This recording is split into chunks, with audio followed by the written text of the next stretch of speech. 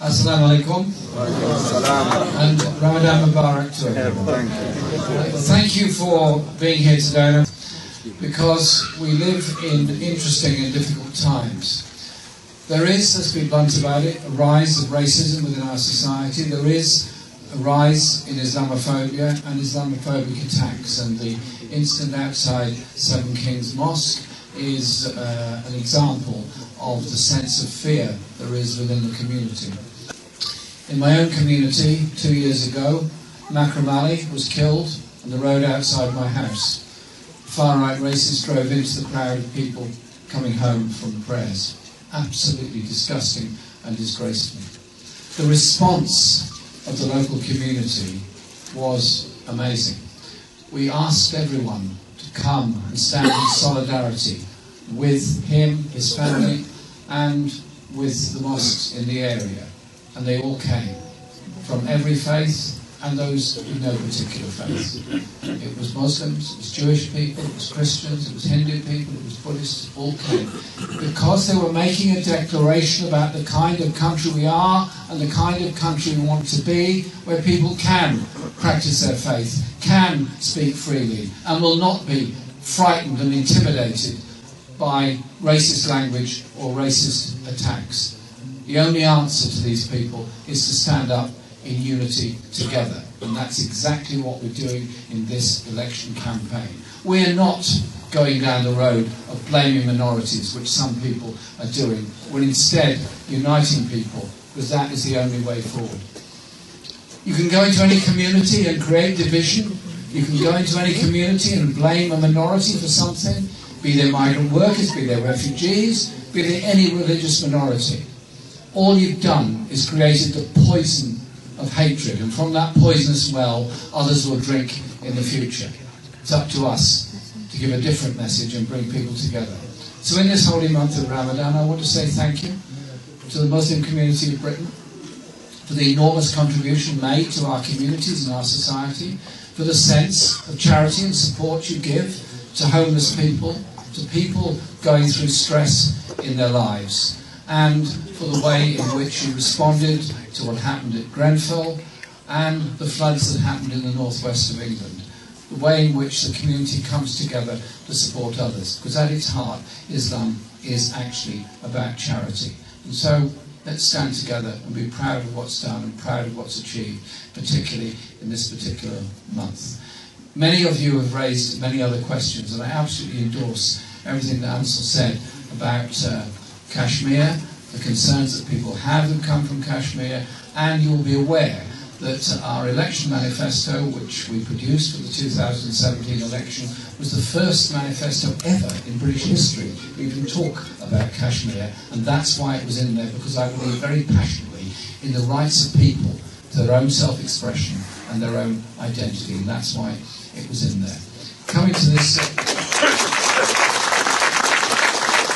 Coming here to Birmingham Central Mosque is a real privilege to me to be able to be here, because I've never been here before, and I'm delighted to come, and thank you for the welcome you've given me because of the work and the contribution that you make. But it's also about what we want for the future in our society. The faith of Islam is one of charity, of inclusion, and of helping young people to get through all the problems and difficulties that they have in life. But it's also about what we do as a society and a community for young people. I'm fed up with an education system that's so short of money that head teachers have to collect at school gates in order to keep the school running. I'm fed up with an education system that has to charge for special things like music education and art and school visits, and has to charge for after-school activities. All of that is very bad, and it means that the poorer children lose out, and those that have got slightly wealthier parents get the advantages. I don't want to live in a society where your education achievements are measured by the wealth of your parents. I want to live in a society where we all value education for what it is, the ability to learn and the right to know, and the right to be able to achieve your full potential in society. That's why we will change the taxation system in Britain. We will ask the richest to pay more, so that we can ensure every child in primary school gets a meal, every child in primary school gets music and art education, as well as all the other things they need, and that every child from 2 to 4 gets a free nursery place.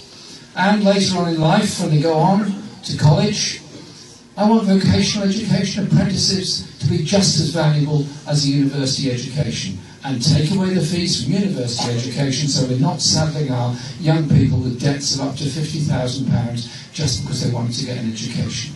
It's about the world we want to live in, and I'm very determined that we achieve that. So as we go through this whole process of negotiations over Brexit and what comes out of that, I simply say this: however people voted in 2016 is what they did at that time. We cannot typecast people on what they did 3 years ago. But nobody voted to lose their job, nobody voted to have lower quality food, nobody voted for this country to become an offshore tax haven. They voted the way they did because that's what they felt at that time.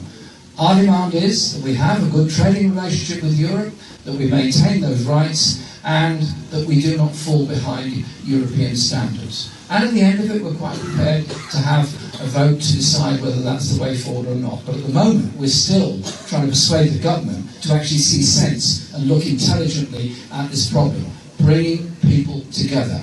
That is what we are trying to do, and what I'm absolutely determined to achieve. Because societies coming together achieve the most. Societies coming together can confront the great problems of the world: global warming, environmental destruction, and look at the refugee crisis as of human beings who got into a bad place through no fault of their own. I don't see refugees as a threat. I don't see refugees as something I should be fearful of. I see it the way you do. They're human beings who we must reach out the hand of friendship, support, and charity too. Because if we don't, our world becomes more dangerous and more divided. The wars that we've seen over the past 15 years have come from human rights abuse, have come from environmental degradation, have come from the greed for oil and other resources. The only way forward for all of us on this planet is respect, is human rights, is sustainability, is working together. That surely is the message that you give through your faith during Ramadan, and the message you give at all other times of the year. I thank you for what you do. Thank you for the huge support you give to many Muslim charities, helping people in the most difficult circumstances around the world, and helping people who, through no fault of their own, got into difficulties in this country and end up homeless or rough sleeping. A society that helps each other has got to be the right way forward. Thank you very much for inviting me here today. Thank you very much for allowing me to share a few thoughts with you. And can I come again? Yes. Assalamu alaikum.